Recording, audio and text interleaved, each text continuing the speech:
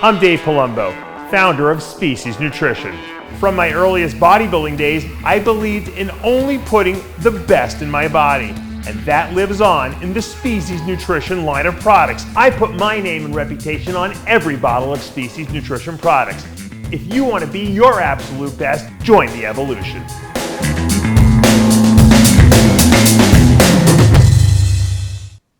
Old School Bodybuilding Clothing Company. If you wish your fancy fitness center was a hardcore gym, you are old school. If you just ate chicken and rice and are about to eat chicken and rice, you are old school. OSBBC.com for the hardest training athletes. When you're asleep, they're just getting started. John Romano, Dave Palumbo, After Hours. Welcome back to After Hours. I'm Dave Palumbo, and today we have a skeleton crew, no pun intended since Halloween just took place, but it's Gregg Valentino and myself. John Romano's on the road. He might be joining us later. I see that you, did you go vote, Greg? There you go, baby, right there. Did you just leave the polls? No, I'm going right after here. Oh, I'm okay. typical Republican. I go with the, Now, I go to late. Do you believe that there is corruption in the voting process now that you can kind of send in write-in ballots and you can, you know, it seems like it's different. When I was a kid, maybe you remember this, my parents would take me to the where they would vote, I think at the local junior high school or something like that. And we would go in there and I would go, they had a booth with a curtain. My parents would take me in there, they'd pull the curtain behind them, and there'd be all these levers. It looked like almost like light switches. And you would flip, it would almost look like your circuit box in your garage. And you would actually flip the switch for all the, you know, you'd have the Republican, the Democrat, and then you'd maybe have some like write-in guys or some libertarian or whatever. And you'd vote for all the different, you know, things, president, senate, whatever, governor, whoever's running at that particular year. And they would flip the switches and then they would pull a lever, it would wipe clean the thing and it would register the vote and you'd go out and that would be the end of it. You remember that?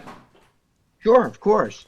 I don't think they do that anymore, right? It's like an SAT test now you got to fill out, I think, nowadays. No, I haven't been there in a while, but there's still something like that. But I do know that when it comes to voter fraud, you know, the Democrats are known for that shit, and they do absentee ballots and stuff, you know, and it's things like that. That's where the voter fraud could come in. I think a lot of people don't realize too, Greg, that, you know, when you do when you send in your mail-in ballot, you know, those don't get, or they call it absentee ballots. They don't get counted, those things, unless it's like a close election.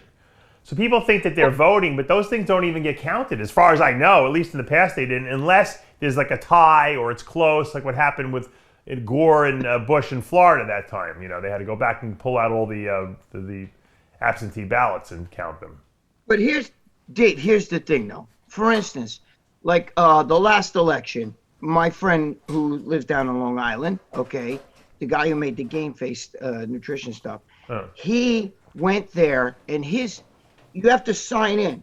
You know what I mean? Okay.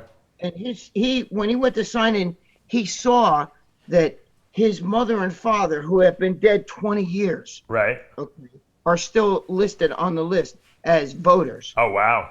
So what happens is there's been known fraud in the sense that, like they were saying last time, you know, they wanted blacks to vote and all this stuff. So what they would do is they would get buses and they would bus people to different stations. Right. You know, now I'm sure there's going to be people watching this that's bullshit. You don't know what you're talking about. No, it's fact. Okay. It's been going on for a long time. It's not just Trump and this and that. It's been going on a long time. You know, that's why this election is so important. And this election could go to the Supreme Court if it's really, really close. Right. And the bad part is that it's supposed to be on election day. See, they fucking change the laws all the time, these fucking Democrats. They change the fucking laws all the time. Like Trump said, we should know on election eve who wins. Right. There's a good chance tonight we're not going to know who wins. And tomorrow we might not. And that's only if it's close, though. If it's, you know, if it's a runaway, we'll know who won, obviously. Right. If it's a runaway, and hopefully, you know, it's going to be Trump runaway, okay. If it's a runaway, then there's nothing, you can't really. But the fucking Democrats are saying that if it's a runaway, we don't give a shit. We're not going to concede. Yeah, So everyone always says that. Let me ask you a question. Have you always been this political, or just since you turned 60 you got political? No, I haven't been this political. Yeah, I didn't think so. I think it's an old person's thing. Yes. As you get older, you're bored with life and shit. No, I'm just kidding. As you get older, I think it means more to you. Plus, you start seeing your own mortality, and you start seeing, like, I need my fucking, Social Security benefits and all that stuff. And, I mean, there's on record, Joe Biden has said, I will cut Social Security benefits. I will cut VA benefits. It's on record. I mean, now he changes, he waffles, just like from the fucking, when he did the debate with Trump, where he said, I'm going to get rid of oil. We want to get away from oil. We want to get away from fracking. And then all of a sudden now he's changed his tune, because he will say anything to get elected. He realizes that people didn't like hearing that. Right. So now he'll say, well, I didn't mean it that way. It's just like Kamala Harris. Yeah. When she was in the primaries, she called him, basically was calling him a racist. She said, I'm not going to say you're a racist, but you owe black people an apology because you pushed the segregation laws that affected these little children in California. And I was one of those little children. Right. And I remember being separately busted. Now they're on a ticket together, right? Yeah. So now. Right. And so now, when they say to her, but Kamala, and then she went on a tirade. She even said, I believe the girls that say that he, was playing touchy-feely with him. She said all this shit about him. And this is just, over the beginning of the summer, when the primaries were ending. And I think he's being censored. We're censoring Greg now. Just kidding. All right, shit! Did something happen? Your camera cut out a little bit. I think someone's trying to block your signel because. Wait, is it back? Am I back? Wait a minute. Hold on. It must be the Democrats blocking you, Greg. What the fuck? Hold on. Let's see it. What the fuck's going on with this? I don't know. You lost it. We lost your feed. You know what it is? My leg hit the wire. Let me plug it in. Hold on. Unplug it and plug it back in. Is she a Democrat? Yeah. It's interesting, but this is like a real polarizing election year for some reason, and I don't know if it has anything to do with COVID or if it's just been such a wacky year in general that I think people are just like, they don't know what. It's like you can't predict what's going to happen in 2020. Like every other year, you kind of like, if you were a person laying down bets and you were a bookie and took bets on things, you pretty much know who's going to win, and you can set your odds. Man, if the bookies got to be taking a beating this year because everything is so out of whack and so off kilter. I hope this is just an anomaly year and everything's going to go back to normal next year. But I find it's really bad. Yeah. But Tyler, what do I do to get this camera going? I don't understand. You might have to sign out and sign back in, Greg. Oh shit! Are you serious? Yeah, I'll babble for a few minutes. Yeah, just do it. Just close the browser and then open it again. But what if I do this down here? So, whatever. That's Greg. John's on the road. I wonder if John is going to actually Skype in for us or Zoom in. I guess now we do Zoom. So, to me, the whole I'm back. Okay. To me, the whole election process is so. I guess you could say, I don't know. I don't even want to be involved with it. It's like more anxiety like that I don't need. I have so much anxiety in my life, that potential anxiety. I don't let anxiety get to me because I don't believe it's a real thing. But the election is like people arguing about the ridiculousness, I think. And the problem is that I don't believe that there's going to be that much difference between either candidate, whoever gets in. I think that maybe if the Democrats get in, my taxes may go up a little bit, but that's it. Oh, there we go. We got you back, Greg. There you go. Now, let me ask you a question, Greg. Let's stay away from politics for a second, at least because I think people get turned off by that. But I want to ask you, in bodybuilding, we've obviously, there's been elections over the years. When Ben Weider was the IFB president for so many years, I believe Serge Nubret ran against him. Didn't you hear something like that one year? And I think Ben lost on votes, but somehow they rigged the election and Ben wound up winning. And then after that, there was never another election. So it doesn't happen just in politics in the world. It can happen in every little mini arena too. People don't notice, and I'm really not sure what it was about, because it didn't get a lot of play, but there was a moment in bodybuilding history where Schwarzenegger with what the hell's his name there? The guy that wrote the 3 More Reps, Palumbo, George Butler. Not George Butler. No. Anyway, he actually started this thing called the Association. Now, a lot of you old school bodybuilders that watch this, a lot of old school guys that would probably remember that. I don't even know that. Yes. I forgot the guy's name. The guy that wrote the book 3 More Reps with each one of those guys. I see his face. I can't believe. I guess I'm getting old, but because I know his name, but I can't Maybe get it Tyler out. could pull it up. What is the book called? 3 More Reps? 3 More Reps. Okay.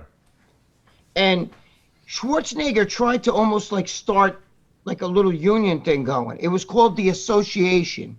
And they put it in the magazines, and it lasted for like fucking 2 months, and then I don't know whatever happened to it. But it showed Schwarzenegger even in a suit and tie. And what do you think happened? I don't know, but I know that they actually started it, and there was somebody else there too. George Schneider and Rick Wayne. Rick Wayne, right. George Schneider. That's it, George Schneider. I've met the guys from Pennsylvania. Yeah. I can't remember, though, what happened to it. You're right, Rick Wayne. Rick Wayne is a very political guy. As a matter of fact, I think he ran and might have even won some sort of office on the island that he lives on. So Rick Wayne, I knew Rick, but I didn't know him really well. He was the editor-in-chief of Muscle Fitness and Flex. I wanted to actually get him on the TV show. Was going back and forth with him, but we were having trouble solidifying a date because I figured he's a really, outspoken type of person. At least very he was when he was outspoken. younger. But he's smart. He's a smart guy. Didn't George Schneider do some of these other, like the Miss Galaxy and stuff like that? What? Yes, he did. George Schneider did a lot. He did the Miss Galaxy. He started his own little thing because I think that was why he partnered with Schwarzenegger and Palumbo and Wayne. I think that they wanted to kind of, they always felt that the bodybuilder, So why do you think Arnold backed away from that? You think Joe, because he had such loyalty to Joe? Yes. He was a very loyal guy. Nobody really knows. Listen, Arnold's Arnold. I know him, but we're not like best friends or any of that shit. So one of his best friends is a very close friend of mine, Leon Brown, and I can tell you that Arnold to this day doesn't care if he sees Leon Brown. Like, let's say if he goes to the Arnold Classic, he usually sets Leon Brown up. But if he sees if he's somewhere in another show and he sees Leon, he pulls him out of the crowd, tells him, "No, you come stay with me, you walk with me." Yeah. He's very close. He's very loyal to his friends. I got to tell you that because he never stepped foot in Gold's gym while Joe Gold was alive. After Joe Gold built World's Gym, Interesting. Would never step foot. And he said, when Joe Gold dies, if something like that happens, then I'll go, but I'll never go back. And he never went back. He was loyal to World's Gym. Do you know that I took Leon Brown's cell phone because I didn't believe that Arnold was in his cell phone, and I said, "Give me that cell phone," and he's like, "Yeah, Dave." I said, "I want to see Arnold's number in there," and I sure enough, Arnold's cell phone. I took the cell phone number. I never used it though. I do have Arnold's cell phone number though. If it's the real cell phone, which I assume it is, because Leon had it. It is. He calls him. He calls Leon. You know what I mean? Like you'll see pictures of Leon with Arnold. Even to this day, like sitting in a hotel or something like that. I'm like, Leon, what happened? How come you didn't? You never got the pro card back when you guys were training with Arnold and started winning shows. Man, I like to party too much. No, wait a minute. Leon was a partier. Something's not right. Why? Okay, because first of all, there was one time in Intermediate USA, and I was at the show and he won it. But the other thing that's not right is he won the IFBB Mr. World, and he beat Franco Columbo. Wow, really? Yes, as a matter of fact, Arnold, because they all trained together, Franco, Arnold, and Leon. Leon. And Arnold used to break Franco's balls because Leon would always get to the gym a little bit late, because Leon's Leon. If you know Leon, You know what I'm talking Leon about. liked to drink and party and stuff Yeah, like okay, that. well, I don't want to say that, but you said it. Yeah. But the thing is, Leon would get and Arnold would start breaking Franco's balls. Look who it is. Hey, there he is, Leon. He goes, wait a minute, what show did he beat you in? And he would start breaking his balls. You know what I mean? He says, that's the Mr. World right there. Hey, wait, the only guy to beat Franco Colombo. He'd be like this. And Franco, and Leon would come over and start talking to Franco, and Franco would ignore him. They would actually work out together. Franco wouldn't talk to him. The funny thing is that Leon doesn't have, like, he's such a nice guy. Like, he's like Forrest Gump. He's like the most innocent like guy of all time, right? He doesn't have a bad bone in the guy's body. I'm telling you, he doesn't awesome. have. And his Schwarzenegger stories are unfucking believable. Oh, I know. Maybe pull up a picture of Leon Brown there. Oh my God, dude! If anybody's watching this and you're going, who the fuck is Leon Brown? The book Pumping Iron. Yeah, he's on the first couple pages. When you open it up, you see this black dude with the most incredible back. They show like 3 pictures of this back with all these apples all over it. That's Leon Brown. Right? You ever remember that? He's still living the lifestyle. Still lives the bodybuilding lifestyle. Still trains and everything. 10 years ago, I did an interview with him for Muscular Development. Yeah. And he was already 64 or whatever, and he was training chest 4 times a week. Wow. 4 days in a row. The weird thing was Leon never got the pro card back then, and so, which I don't know why he didn't. And then he was doing like local, NPC shows. And I'd be like, what the hell's Leon Brown doing in this show? And Leon's up there, it's like 55 years old, hitting, with the big back still, the big chest, barrel chest, the good arms, back from Arnold's day. And then I think he finally got his pro card at like Masters Nationals or something like that. For 60 and over or something like that, he won. You know what it is? He could have got his pro card. I mean, he won he won the IFBB Mr. World and all that stuff. They didn't give him a pro card for that, I guess, back then, Yeah, I don't know. I don't know if he needed a pro card because there's a lot of other guys that competed in that show. I know. You remember when you'd watch the old, or you'd see old pictures of Schwarzenegger and Colombo when they were, you'd see like the top guys, like there's Schwarzenegger, there's fucking like Serge Nubret or something like that, and then in the back, you'd see all these guys that look like swimmers, right? You know what I mean? Right? Right. You see all these guys, they'd be standing in line and they look like swimmers. Leon was always one of the guys in the back, like doing with a bicep curl with like a 20-inch, bicep, and you'd be like, who's that guy? That's Leon. Leon was always the guy right in the backdrop. I don't know why he didn't get in the limelight, but he told me, he flat out said to me, he goes, I drank too much. He goes, I really like the party too much. He liked the girls too much. He liked the women and the partying, And back then, they were celebrities back then, I'm sure, in Venice Beach. If anyone who hung out with Arnold, right? Well, he didn't just hang out with Arnold. I mean, they Arnold would come to his apartment, he'd fall asleep. But Arnold would have parties on the weekends, and they would all go. I mean, and it was... Actually, he would tell me that Arnold actually wasn't the biggest... It was he would have day parties, but he said at night, Arnold would go to the party, said he'd have 1 beer, and then he'd go home and go to see. He said he was the first one there and the first one to leave. He's smart. Arnold's like, guys, drink all night. I'll see you at the gym tomorrow morning, And he knew he was getting to jump ahead of all these guys, These guys were all getting wasted, and Arnold was going home and sleeping, No, but you know what he would tell me? He told me that, like, there's times like he'd be sleeping, it's 4:30 in the morning, and he goes, I just went to sleep, like, literally a half hour, 20 minutes ago, and my door's pounding, and I open the door, and I'm standing there like and it's Arnold, and he's going, let's go, come on, we got to go train, And he's like, dude, I just went to sleep. Come on, let's go. I don't give a shit. Let's go. No food. Leon probably hadn't eaten for 12 hours, and he still goes and trains. Probably still had a good workout, right? Oh yeah. Absolutely. He just went with the flow, and I mean he's got great stories, dude. Like he was telling me like how Arnold and Arnold and Colombo. He said Colombo and Arnold would take turns driving, and they would drive 100 miles an hour. Like he actually sat in that white Volkswagen that everybody knows as Schwarzenegger's. And he said they would go around that fucking like Muscle Mountain and shit like that, and he'd be speeding it. And Leon would said, he goes, you don't know. He goes, these guys, sometimes the car would almost go off the road. And you got to remember, Arnold, a Volkswagen is not a big car, so. No. Leon must have been in the well in the back. If my dad had Volkswagens. There's no room in the back seat. Leon must have been squashed back there because I'm sure Franco and Arnold probably sat in the front seats, right? He was totally squashed. He told me that he would scream.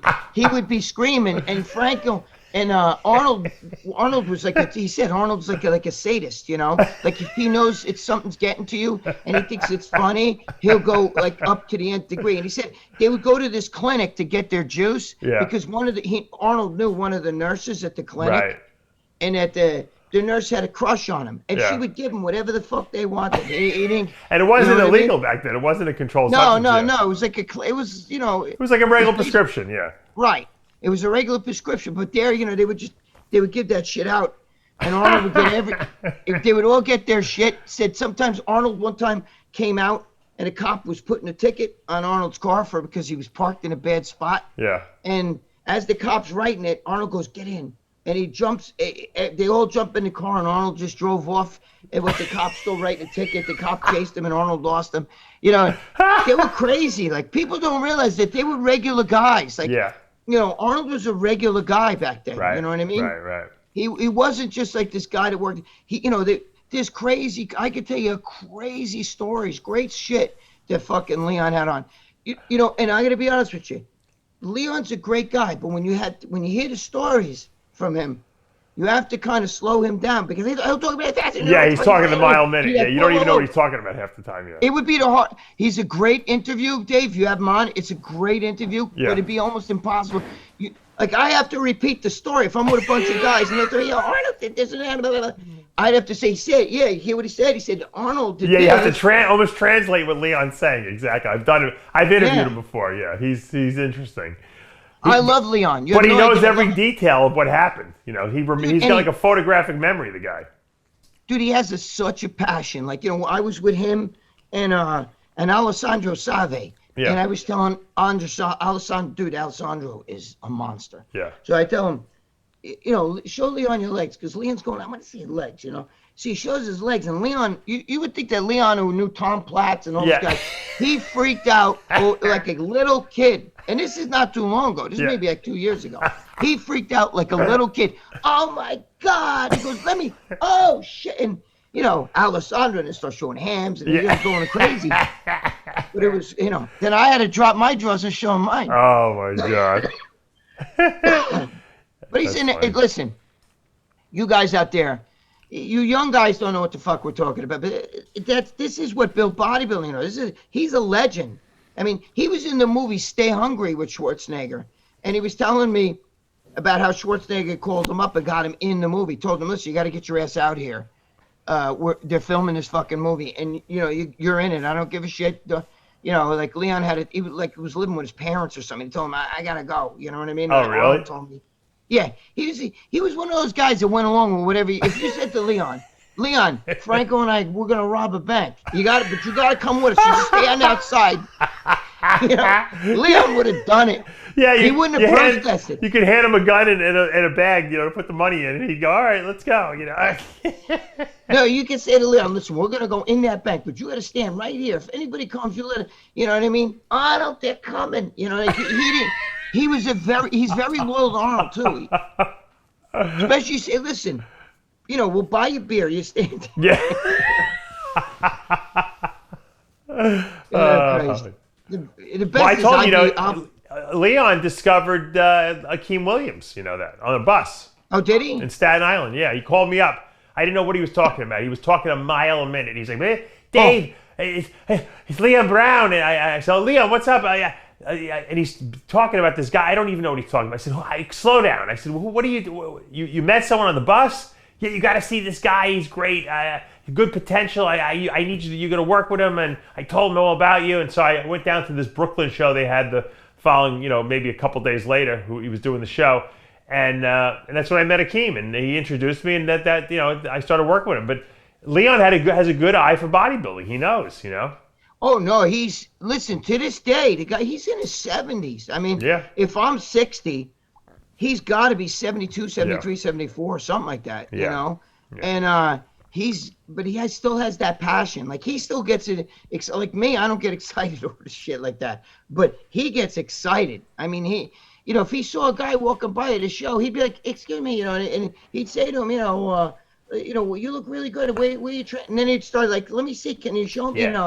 and he would get crazy. I mean, I know, when I he know. saw Alessandro Savi's legs, this is only like 2 years ago. Right. You know, you would think he never saw a bodybuilder. I mean, he Right. was going crazy. Now, He has a passion. Getting back to my original question, and this is not, I'm very happy with the current state. Since Joe Weider's not here and since AMI sold off the Olympia, I think we have a really good structure in the place. And Jim Mannion's obviously a great president of the IFBB, and he owns the NPC, that's his baby.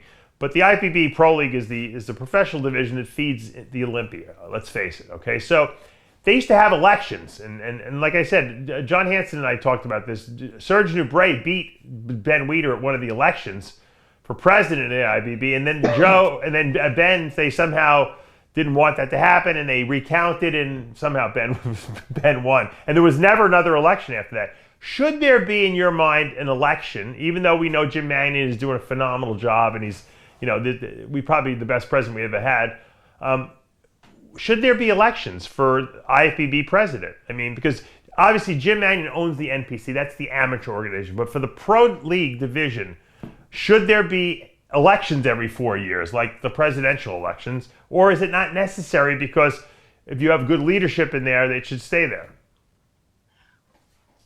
I mean, in one way, I think there should be, but in another way, I think it's a double-edged sword. I mean, I don't know if anybody could run it the way they run it. Do you understand what I'm saying? Right, I'm saying, but let's say there's someone else who doesn't want to start their own organization. They love the IFBB, and they want to get in there, and they want to be a political figure in the sense that they want to, they want to run the IFBB. Let's say I want to run. I don't want to. Guys, don't even contact me. I don't want the presidency of the IFBB.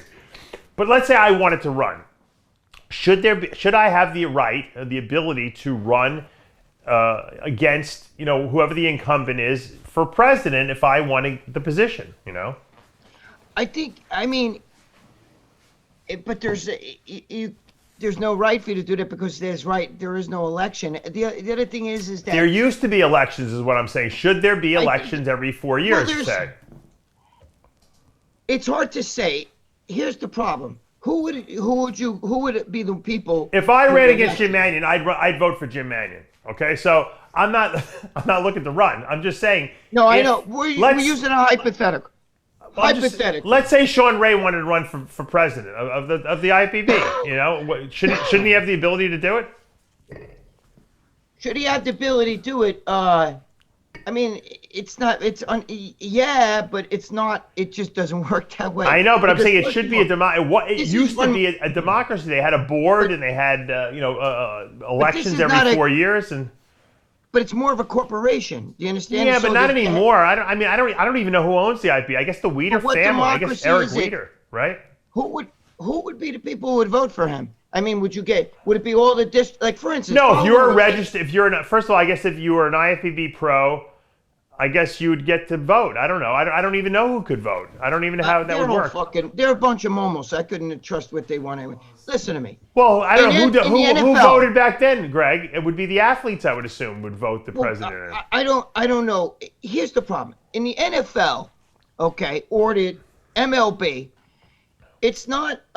You can't vote to see who's going to be. Who puts the commissioner of NFL football in there? How do they? What happens is when the commissioner, when they decide he has a contract and when it's up, what they do is the owners of the teams vote or pick who's going to be the commissioner. All right, but there is an election. There is an election process, right? I guess it's not. I guess you can call it an election. You know what I mean? They interview. It's more like you know what it is. It's more like a corporation picking a president of who's going to run our corporation. So I understand what you say. So in other words, when Wayne D'Amelia got booted, he got fired by the Weiders, and then they just chose Jim Mannion. Is that how it worked? But the Weiders. But what was happening is there was almost like a break off there. There was almost like a coup to me. You know what I mean? Well, you remember what happened? AMI bought the Weider magazines, and they got 50% of the Olympia. Right. And I think at first Weiders weren't giving them any of the Olympia. And that's where the rift came. There was an argument between the Weiders and AMI, and then the AMI wanted the Olympia, and then I think that's when Wayne said, "Hey, I'll break off with you guys at AMI, and we'll do our own thing," And I think then the Weeders went to the table, gave AMI 50%, or somehow worked the deal for 50%, and then AMI said, "All right, great, we want the whole Weeder name and the Olympia." And Wayne was kind of left, holding his in his hands at that point, and they fired him because of disloyal, because he didn't have loyalty to them, which I don't blame him. I happen to be very, very good friends with Wayne DeMille. Yeah. Is that an accurate story? Yeah, pretty accurate. Okay. Yeah, I mean, I happen to be very close with Wayne. I love Wayne DeMille. He's a great guy. And, I just noted there was a lot of things that he wasn't happy with and a lot of political BS. Well, I'm sure dealing with the Weeders all those years had to be a real pain in the ass. I heard his interview on, on that Patrick Bet-David show. They were difficult to deal with, obviously. Oh, yeah. Well, but at the end, though, they were getting chagad because I knew Ben Weeder. Where's my cell phone? I still have Ben Weeder's cell phone number in my fucking thing. I actually formed a friendship with him. Yeah. Believe it or not, with Ben Weeder. I'm not talking about Joe. I'm talking about Ben. Now I know. Did he know who you were, or did he just think you were some friend of his from his past? No. He knew who I was. I would call him because I'm a little bit of a history buff, and nobody knows this, but Ben Weeder, his passion was history. And Napoleon. He was a Napoleon expert. Right, Napoleon Bonaparte. He was the world's leading authority. People don't know that. But he was the world's leading authority on Napoleon Bonaparte. Now, how do you become the world's authority on Napoleon Bonaparte? Because he studied. I know, but who actually anoints you as the most knowledgeable person on Napoleon? I don't know, but I know that whenever they would do things on Napoleon, like shows or they would contact him. They would actually consult with him. You know what I mean? He wrote books on it. Did he tell you anything about Napoleon that maybe we don't know, the public doesn't know, that you might have some insights about? No, it's funny. We talked a little bit about Napoleon, but we talked a lot about American history. He was a big Civil War buff. He was into all that stuff. I would have loved to know what, he probably had insights into Napoleon that we've never even heard of before. Yeah, I mean, he told me Napoleon was a genius, and he told me he was a very, very, but he was a very demanding, smart, he had short man syndrome, what I mean? Yeah, it was very short. And, yeah, that's where the Napoleon complex comes from, yeah. Right, and that's why they always say, some people say, he had his hand in his shirt because of, he had a bad stomach, they always used to say, how they always show a picture of Napoleon, but he was saying that was a prestige thing, you know what I mean, back then, you understand, when it's just the stupid wig shit, George Washington wore he was posing, in other words, yeah. Yeah. It was a pose, but people think what was the secret of why? Because anytime Napoleon, any photos, paintings, whatever, there's no photos. But what I'm saying is, he always had his hand in his shirt, and it was because of that. It was almost it's a way of flexing your muscles because he had short man syndrome. Yeah. You know what I mean? How tall was Napoleon? I'm not sure. I think he was 5'2", 5'3", something like that. So he wasn't real tall, but he was brutal. You know what I mean? He was a very. He's like the Joe Pesci character in Goodfellas. That's exactly what he was like. He took no shit. He would have his own men. He didn't give a fuck. He marched them motherfuckers in the snow. And if you were fucking complaining, my feet are getting wet or I'm cold or whatever, he'd be like, just leave him there, let him die. You know what I mean? He was brutal. But I'm not an expert on Napoleon, so you know what I mean. But Ben Weeder and I would talk about history. Just I don't know, we clicked like that. Yeah. I love Ben Weeder. He's a great guy. So now that you know Wayne and you know Ben, what happened? Tell me what happened there. Well, basically exactly what you said. Oh, what I said. Okay. Wayne wanted to. It was more like Wayne wanted control, to be at the top. And hey, listen. What people don't know is Wayne DeMille is the one who really shaped bodybuilding more than anybody. Wayne DeMille is the one who started all this European tour shit, all these other shows that you see. So started with the Night of Champions. I know you're friends with Wayne, and I do you think he got greedy maybe and thought he was should have been above Ben and overstepped his bounds a little bit and maybe screwed himself in a sense because he had a good gig, I also It's not that he got greedy. I think that Wayne is just. I think he saw you got to remember the Weeders were slipping. You know what I mean? Ben Weeder. Right, but they still owned the organization. So I mean, he still worked for them. Slipping. Ben was sharp, but Joe Weeder was slipping. And I think that, remember Wayne. Listen to me. if Wayne's the guy who shaped the show, you know what I mean? Yeah. Shaped the bodybuilding, excuse me, and all these European tours. Back in the old days, you had the Mr. World, Mr. Universe, but all those things were NABBA. Right. You know what I mean? And then you had the Olympia. You know, it wasn't really the IFBB really got strengthened back when he started with that Night of Champions and then all the other shows that came with it, the European tour. Yeah, but he kind of blew it in a sense because he showed them disloyalty and he was disloyal to them. And then, of course, they had to fire him because, like, would Napoleon have taken him back? No. Ben went off with his head, you know? That was it. You know what it is, though? He wasn't showing disloyalty. I think he felt that they were disloyal to him. Right, but they own the organization, so it doesn't matter. You don't have to like your boss, you know, but if the boss gives you the ability to make a good living for yourself, even if he breaks your balls, if you want to work for him, you got to work for him. So Wayne thought he was going to break away, obviously, but it didn't work out, obviously, because at the end of the day, AMI, who were money, you know, they're after the dollar, they stuck with the Weeders, obviously, you know. See, listen, let's say you were still back with Blackman, okay? And you were, you know, back when you were with Blackman, you know, you ran shit. You know what I'm saying? Yeah. You ran a lot of shit. Yeah. You had the boss who had his own way of thinking, but you ran shit. Right. You understand? And you know, I think it was more, you know, the Weeder liked to be the show part of bodybuilding, but Wayne D'Amelio was the brains, was the one who bringing all these ideas to. I know, but you know what? You can't let your employees dictate to you. I mean, what's going to happen? And if but I think that Wayne felt like, look, you got, you know, it's you know that there was going to, you know, there was definitely going to be a separation of powers. I think Wayne felt like, hey, listen, I'm the guy that fucking did all this. You know what I mean? It would almost be like. Well, he gambled and it didn't pay off. That's the problem, you know. Right. So. Yeah. But he's still a genius. When you get, listen to me, without getting names, when you get to that level, especially in our sport, there's a lot of egos in our sport. Absolutely. First of all, bodybuilders alone are fucking full of egos. Ego shit. But when you get to the top of the sport, all those guys, I mean, look at where's Art Bedway? Where's all those guys that used to run the shows? You know what I'm saying? The other guy there, there's so many of them, I forget everybody's name, but you remember, all those guys are all gone. Right, but look, you know what though? The most loyal, hard-working guys are still there. Look at Gary Udit. Gary is probably making a very good living for himself. I just interviewed him a month ago, and the guy is, no one works hard than Gary Udit. And you know what? He deserves all the money he makes, and he deserves the loyalty he gets from Jim Mannion because he's been loyal to Jim all these years, you know? So. But you know what it is? Listen to me. It's almost like if John Romano said to you, "Look, I'm your right hand here at RX. You know, Dave, if you're slipping, let me take over." And Tyler's not going to say that because Tyler knows as well. Gary Udit's happy with his slot. Look, guys, he's making a good living for himself. He's not going to overstep his bounds. I agree. Right. That's the right way to be. You understand what I'm trying to get at, though, right? You understand the point I'm making. But he's loyal, though. That's the key. Right. Gary would never overstep his bounds because I just met him not too long ago. We've been in a sport. I know Gary 30 years. He's you know, you can love him, hate him, whatever you want, but he's the most loyal guy to Jim, and that's why they have this business relationship for so many years, and friendship for so many years.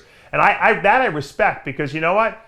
There's not many guys like that will stick with you by your side because people think that they start to think that they're better than you. And they want to go beyond that. And so, I mean, look at the Steve Carroll situation with the Nationals. I mean, I've boycotted that show for the last couple of years, ever since he's a dinosaur. They finally got rid of him this year, and Gary is running the Nationals now. So I'm so happy to see that. And I knew it was coming because you know what? This guy was pissing off a lot of people. He wasn't doing right by the athletes. He was a negative force in the NPC. And you know what? I'm glad he's gone. So, and they gave it to the guy who was one of the hardest working guys there and the most loyal, and that's why Gary got that show. Again, I like Gary Udit. We met, we hit it off. I like him, and he knows his slot. He's not trying to get more than he can eat. You understand what I'm saying? Yeah, but he's moving up. But he moves up because he works hard. No, of course he's loyal. of course, you're going to reward loyalty. And Gary Udit's a loyal guy, and you're rewarding loyalty. Well, maybe Wayne felt he wasn't being rewarded enough. I don't know. We don't know what he was getting paid. Well, I think it was Wayne more against the Weeders a little bit. You know what I mean? Because I think Wayne felt like, yo, dude, I carried this organization when you guys were just doing Mr. Olympia. So why didn't he just wait till the Weeders, retired or died? I mean, it would have been pretty easy to do that. It wasn't like they were like 50 years old. They were like in their 80s and 90s. Because there were other people. There were other wolves on the mountain trying to get in there. You know what I mean? Yeah, I think Wayne, if he would have stayed loyal, he would have still been in there probably. But listen, getting back to Steve Carroll, okay? Yeah. I like Gary Udit. I like that guy. From the moment I met him, I said, this guy's a good guy. Steve Carroll, I know Steve Carroll since 1986. Oh, wow. And he was a cocksucker when I fucking met him, okay? He was a motherfucker to deal with from day one. Yeah. He was not a nice guy. He never smiled. I couldn't picture any chick marrying that dude. Meanwhile, he used to go to fucking strip clubs and shit like that. And he would I don't know how he had something involved. He owned a couple of those flash dancers in those places. Yeah. Dude, I can't picture any stripper. I picture him, get over here, give me a blowjob now. And just not smile, not hey, nice tits, whatever. He was just like a fucking nasty, miserable fucking man. Miserable fucking man. Yeah, I don't know. He did respect, Jim Mannion. So I'll give him that. He did. He called him Jimmy. Hey, Jimmy. You know what? I hate to admit this. I actually liked Steve because at some point I actually was able to sit down and talk to him, and he's got good stories too. He knows everyone. Oh yeah. He knows. He was involved with that Extreme Championship Wrestling.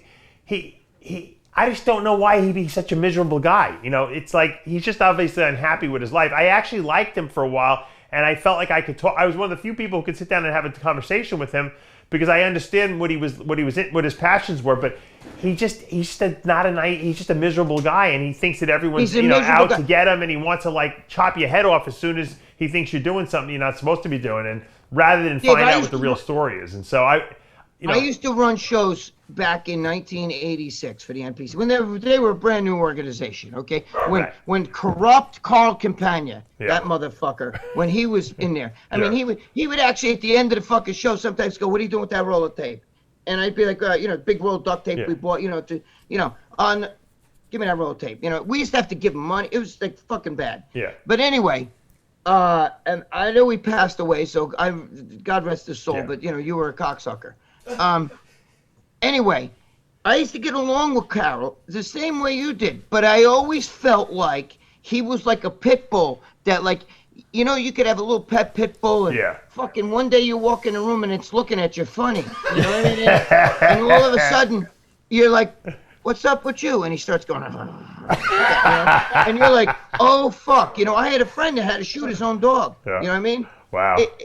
And that's the way I describe Steve Carroll. But the organization doesn't need people like that in there because the athletes are there for a positive experience. They want to enjoy themselves. Not every athlete's going to be a professional. They want to go to the show and have fun and enjoy themselves. They shouldn't be scared when they go there. They shouldn't have to worry, I got to walk in eggshells around this guy. They're going to kick me out. They're paying good money. $300 for an application fee to do this show. They should roll the red carpet out for these athletes. Holy they should be able to do anything they want. If you want to go out and get a drink and you're an audience member, you should be able to come back in. You shouldn't lose your ticket, I mean, the rules, the stuff he had in place was ludicrous. And I'm so happy that they finally got, to be honest with you, he's the last refuge of all the old guard that was there. He was the And now I think they got a really, really strong team of people in place, the NPC and then the IFBB at all these shows. And, between the Tamer El Guntis and the Gary Udits and the, Steve Weinbergers, and I mean, all the people who run all the shows around the country, and I know I'm leaving out people, obviously all the Parisos down in Texas. I think all the people that are in place now are really good for bodybuilding. Jack Titoni out in St. Louis. I like who they are, and I feel like if I go to a show, Tim Gardner, I don't want to forget him. When I go to a show, I feel like, I feel welcome there, and that's the way it should be. Dan Solomon now running the Olympia. Before, you know, I it was feel like you're receiving an Academy Award and you're thanking. I'd like to thank. I'm thanking them because I'm so happy that they have people that actually like bodybuilders and like the sport and get to understand that it's not about them, it's about the athletes. And if you don't make it about the athletes, you're not doing your job correctly. You know, it's not just about money. Can I say something though? You gotta give Wayne D'Amelio credit though. His Night of the Champions was unfucking believable. Yeah, but he put on a great show. I admit, he put on a phenomenal. It was pomp show. and circumstance for sure, and I think more promoters could take a couple notes out of his book there for sure. The problem, Greg, now is back then it was just bodybuilding. Now there's 18 classes that they have to hold, so it becomes more about how fast are we going to get this thing done rather than how much enjoyment we're going to get out of the show. Don't you? The problem is everything feeds off bodybuilding. Nobody goes to the show because but it takes a long time because you got bikini and figure and fitness and men's physique and men's classic, and it takes a long time. It's too much though. I know, but you know what? It's good for business. You want the sport to grow, but the problem is now you can't go to a show and have a 2.5 hour show where you have a guest poser and entertainment and an intermission because it's too long otherwise, you know. Listen, I love chicks in bikinis, okay? I love them. I do. You know what I mean? I want to smell their butts. I want to do everything. So I love ice cream and I love spaghetti and meatballs, but I don't want ice cream on top of my spaghetti and meatballs, okay? So to me, the mixture, I don't want to sit there and see 400 fucking girls get out there with the hand on the hip, you know, I'm a personal trainer, you know, I'm an influencer, you know. I don't want to see that's just not your cup of tea, right? You don't want to I go there for the fucking bodybuilders, bro. You know, now I do like the fitness girls, the ones that, you know, like the Kim Kleins that would get up there and do like feats of it was fun to watch. Yeah, I like that. Incredible athleticism. Yeah. And I respect the female bodybuilders because they're my sisters in iron. And any girl, like fucking Betty Paricio, that girl would have fucking muscles. And look, you guys out there, you don't know. Dave, you see Betty Paricio when she's going for a show or she's at she competed. Now you see her walking around in a gown or whatever, right? Yeah. The musculature on her is more than the guys. What was more amazing about Betty was that she was winning pro shows in her 50s, you know. She's fucking amazing. Yeah. Bro, she had separation in her muscles. You talk about Leon Brown's back and fucking like this in pump and iron. Yeah. Betty Paricio would be sitting at the dinner table. We'd be with Blackman. I think I might have been there once with you guys. But I mean, you know, the Parisios be sitting. Betty would have just competed. And she's sitting there. And I'm looking at some of the pros that are fucking with us, and I'm going, she looks fucking better than you. You mean the men's pros? The men's pros, yeah. I think that the female bodybuilders, you got to understand, for a female to get that kind of musculature, I don't give a shit, steroid, not steroid, whatever, you know, I know what people are saying, but they take anabolic steroid. Listen, I don't give a shit. Dave, when you go and you see girls in the gym train, they train like better than guys. They might. Focus. Yeah, some of them train harder probably. They train stricter. Yeah. They don't fucking, you know, us guys will swing around. They're not worried about weights. They're not worried about, look, I got to bench and press everybody at the gym. They fucking train smarter, stricter. Their musculature is so fucking, like every body part. If you ever saw a really good female bodybuilder up close, a lot of these guys, you don't know. I'm not talking about some local girl. But Dave will tell you, Betty Paricio is the perfect example. Look at Iris Kyle up close. She's a freak of nature. Look at Shanique Grant. You're talking about women's physique Olympian champ. Have you seen her in person? I love Shanique Grant. She's got an amazing I don't think I've ever seen her in person, no. But I love her. That fucking body on her. I love that tiny waist. It's sick. Yeah. To me, that's like she's got the greatest women's physique, the greatest women's physique, structure. Not division. Currently running right now, you know. Her structure is amazing. She could she could lose muscle, win bikini. She's pretty too. She's a very pretty girl. That's what I just said. She's cute. Yeah, she's got the glam effect of it too. She likes to glam herself up.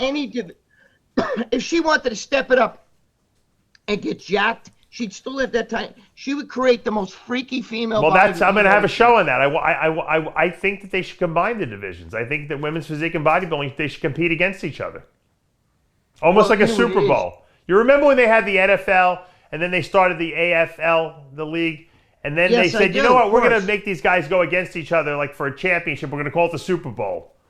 That's what I think they should do. The women's physique overall champ and the bodybuilding overall champ should collide for the Miss Olympia. We call that the real Miss Olympia champ. Whoever wins those two. Dave, look at how different bodybuilding is, though. Corey Everson today would be a figure girl? Right, maybe? but think about it. Maybe call women's bodybuilding Olympia champ the women's bodybuilding Olympia, and then you have the physique Olympia champ, and then they go off against each other one-on-one for the Miss Olympia title, the true, physique Olympia title. I think it's a great idea, but I also think bodybuilding's evolved so much. You can't have women that are just like, they're up there looking like that Russian chick, like we're all like, like dudes, because look, the girls, Gladys Portuguese, Rachel McClish, fucking Corey Everson, Tanya Knight, those girls, man, they were beautiful. They couldn't win bikini nowadays. Today they couldn't win it. That's what I'm trying to get at. We thought Corey Everson was a female bodybuilder. Even Linda Murray, who was genetically superior. Yeah. When you see those girls today, if you look back at those pictures, you say, look, here's Corey Everson on the cover of Muscle Fitness. Look at her. She just won the Olympia. You'd say, that's a bodybuilder? That she doesn't look like a female. She looks more like a figure girl or something, right? Yep. Yeah. I mean, that's how much bodybuilding has gone out of, to me. It's evolved. It's evolved. Right. Well, you know what? This was an interesting show. I actually enjoyed the topics because, we talked a lot about, the evolution of the sport, how it's evolved. We talked about how the elections and how the people who run the sport operated and have, how that has evolved. And we somehow tied it all into today's election that's taking place. And next time we do the show, we'll have a new president or the same president reelected. We'll know that for now. And I'm glad, Greg, that you and I got to do this together. We had no interruptions from Mr. G, no interruptions from Jimmy the Bull. John Romano's on the road. So thank you for joining me today and on this election day, 2020, and having this great conversation. Thanks, Dave. I just want to say one thing. Yeah. If we were ever going to do election in bodybuilding, I don't know how you would do it, but I don't think the bodybuilders would vote. You would probably have like the district chairmen and all that shit vote for. Let me ask you a hypothetical. Let's take Jim Mannion out of the equation for a minute because he's John Kennedy, as far as I'm concerned. Right. Nobody's going to take him out. He's the guy no one wants out. But let's say he wasn't around. If you had a vote and pick like your top 3 candidates to run the IFBB, who would it be? Probably Steve Weinberger. Yeah, I was going to say that. That was the first name that popped into my head, yeah. Steve Weinberger, or believe it or not, we just talked about him too, Gary Udit. Yeah. Yeah. You'd have to go with those kind of guys. First of all, they know how the sport's supposed to be run. They know what's going on now. They know how, things are. They know. These are guys who've been around a long time.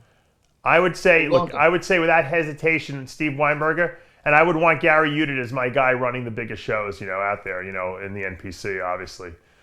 Yes, we agree. You and I never talked about this. No, we didn't. I'm just saying. I'm just throwing it out there. But this is that because I think that these are the guys that have earned their stripes, so to speak. And I think there has to be like you can't just step in off the street. You have to have earned your stripes in the trenches. These guys have judged more shows, have seen more bodybuilding events over the last 35, 40 years than anyone else.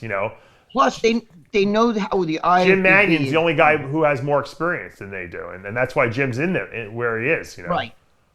So you have to know how bodybuilding's done. You have to, you have to know the IFBB. It has you can't take an outsider, bring him in. Like I don't even know who this guy Wood guy is that's running. Jake. Well, Jake Wood is the benefactor. You have to look at it as that. I don't think he has any aspirations in running the sport. He loves bodybuilding. He made his fortune in, whatever airplane parts. Now he's taking his passion for bodybuilding, and he's basically he's the benefactor of our sport. Had he not stepped in, who knows what would have happened to bodybuilding? So you think there would have been an Olympia this year without Jake Wood during COVID? Hold on. Do you think the Olympia is going to make money this year?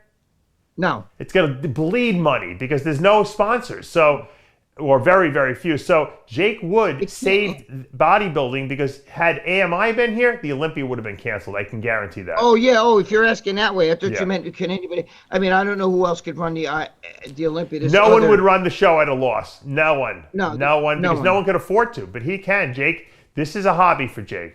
And this is something he loves. I kind of like the old Olympian. What's his name? Jake Wood? Yeah. All right, Morning Wood. Not you kidding. You know who should have stepped in, who blew it? Blackman blew it. He could have gone in there and bought the Olympia. He could have done. You're absolutely right. He blew it because I'm sure Elise wouldn't let him, but he could have gone in there and bought it. That would have been his. Think about it. If you would have sat Blackman down and said, "What's the one thing that you want more in the entire world?" If there was no limitation on anything, 10 years ago, if we would have been sitting at dinner, Steve, what would be the one thing you would want if you could have, if money was no object and you can have it by me waving a wand? He would have said the Mr. Olympia contest. He would definitely. I bet you the reason why he didn't do it is because, other business. 10 years ago, he didn't want to spend the money. That's all. And he almost put. I don't know if I would have spent it either. To be honest with you, Greg, even though Steve has it, I don't know if I would have spent that much. It was a very high price. No, you're right.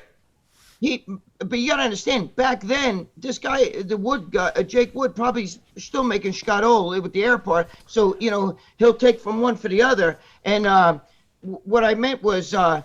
I think he should go back to I like back when the Olympia was in different places. I don't like that whole constant Vegas shit. The problem is, Greg, they want to do an Olympia Expo, and there's so many divisions. I agree, though. I would go back and I would say, hey, start bidding. You want to go to Qatar? You want to go to Dubai? You want to go to Sweden?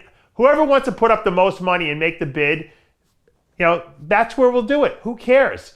At this point, no one's going to see shows anyway because there's no audiences allowed with all these viruses. You might as well just have it wherever you want. I liked it better with keeping it in the States, to be honest with you. We could do it in Wuhan, China, for all I care. I don't give a shit. As long as I can watch it on the pay-per-view, on my computer, Well, now you're talking about like Olympics, where the Olympics move different countries. But if I was Jake Wood, I would do it. Why not? That's a business decision, Greg. Now you're making money. Because you know what? The country of Dubai would put up millions probably to have that Olympia there. Yeah, but I don't know if you would draw the fucking people from Who cares? You don't need the people. If a country puts up $5 million for the show, okay, you just made your profit. You don't have to worry about anything. All you got to do is fly your people in there, I don't know. I liked it better when it was New York, Chicago, fucking Miami. Right, but you know what, though? Think about it. If I'm the owner of the Olympia, who wants to be saddled with having to promote the show? Let someone else deal with it. I'll just provide the judges and I'll provide you know what I mean? I know what you're saying. He's got the name. He owns the name. He's got to leverage it like a business. Who's willing to pay the most money for it and put on the best production?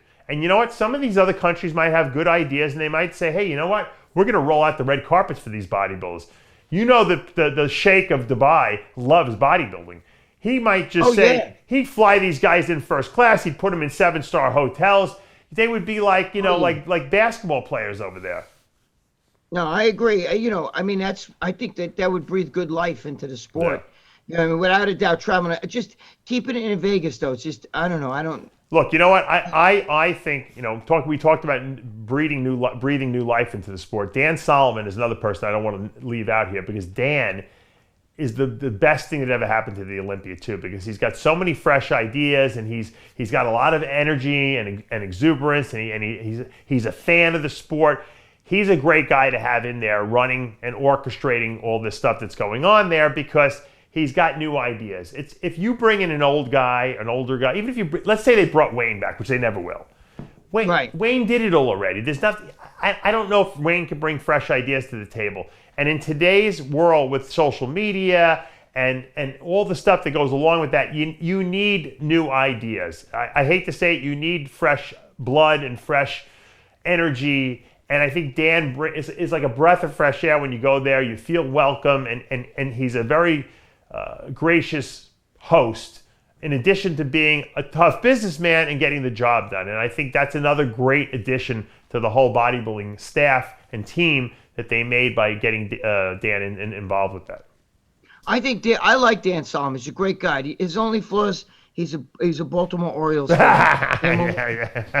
And when him and I talk about, we get a little bit into the baseball stuff. I wear my Yankee shirt down here, Greg. People, every once in a while, I get one guy, Yankees, but this is where I live on the West Coast is Boston Red Sox territory. So. Are you serious? Oh yeah, they have big. You go to the Walmart here, they got Boston Red Sox uniforms and hats and stuff like that there. So I got to wear my shirt every once in a while to let everyone know, where my loyalty still That's is. right. You got to show them what the deal My is. father Dude, was a Bronx guy, Bronx Bombers, that's all the way. Oh, Yankees. yeah. Let me tell you something. Dude, you know what the sickest thing is? I took my son to Yankee games. We were at the David Cohn Perfect Game. Yeah. Back then I was a drug dealer, so I had a lot of money, so I get fucking box seats. I was literally sitting right on the field and shit. And, I bought my son all the memorabilia, and I got pictures of him with a shirt that says Boston Sucks, Now, he was 9 years old, right? Fast forward, all of a sudden, he goes in the Army, and my son was Army intelligence, Special Ops intelligence. So he's in there, and one day he calls me up, and he didn't call me, texts me, and I see this picture of a Red Sox fucking on somebody's calf, you know what I mean? Yeah. And I go, I text back, what the fuck is that? So he calls me, and he goes to me, dude, I got to tell you something. He goes, I'm a Red Sox fan. Oh, heartbreaker. And I go, wait, I raised you a fucking Yankee. I mean, you hated the Red Sox your whole. Why couldn't you be a Met fan or something like that? Why do you have to be a Red Sox fan? By the way, I took him to Shea Stadium when he was like 9 years old, and he got to run the bases, which was amazing. Wow. If any kid's into baseball, you would know what that's like to run the bases in a major league. Yeah. Shea Stadium does that. You could bring your son there one day, Dave. I'm not sure if I've been there before, but believe me, my father used to take me to Shea Stadium all the time. He wouldn't go. He didn't like to go to Yankee Stadium because it was too far. But yeah, Shea Stadium we went to all the time. We used to go to both. I had a lot of money back then. I was a drug dealer, so I fucking go back and forth. Shea, the Yankee Stadium. So how did he become a Red Sox fan? Dude, I asked him what the fuck happened to you, bro, and he goes, well, I don't know. I just because now he's in intelligence, what I mean? And he's with all these other fucking big time Harvard guys out there from Boston. And I'm sitting there going, like, what happened to you? And he goes, I don't know, just one of these guys here, played or something with the Red Sox for a little, in their minor league team, and then actually made the majors for a cup of coffee. So he got a tattoo of it on his leg? Yeah, my son is not only is he now, my son's NSA intelligence. Yeah. Now. He was intelligence under Obama. Yeah. And my fucking son goes to Boston Red Sox game. Now it's so bad. Like, he'll tell me, oh, you guys, meaning the Yankees when we talk, oh, you guys this, you guys that, fucking Boston. I think he did it purposely to piss you off. That's what I think. He's in with those guys for Barstool. My daughter did something. She was on Barstool Sports. But he's in with those guys from Barstool Sports and shit like that. Yeah. He's such a Red Sox fan. It's disgraceful. I feel fucking betrayed. I would too. Terrible. All right, we got to wrap this thing up, Greg. Right. Go vote. If you guys haven't voted out there, go vote. I'm not voting, but I don't take responsibility for whoever wins or loses. We know who Greg likes, and you fuckers John, here, we missed you. Jimmy, we missed you. Mr. G, next time, don't be in the car. Till next week, I'm Dave Palumbo with Gregg Valentino for another edition of After Hours. Trump.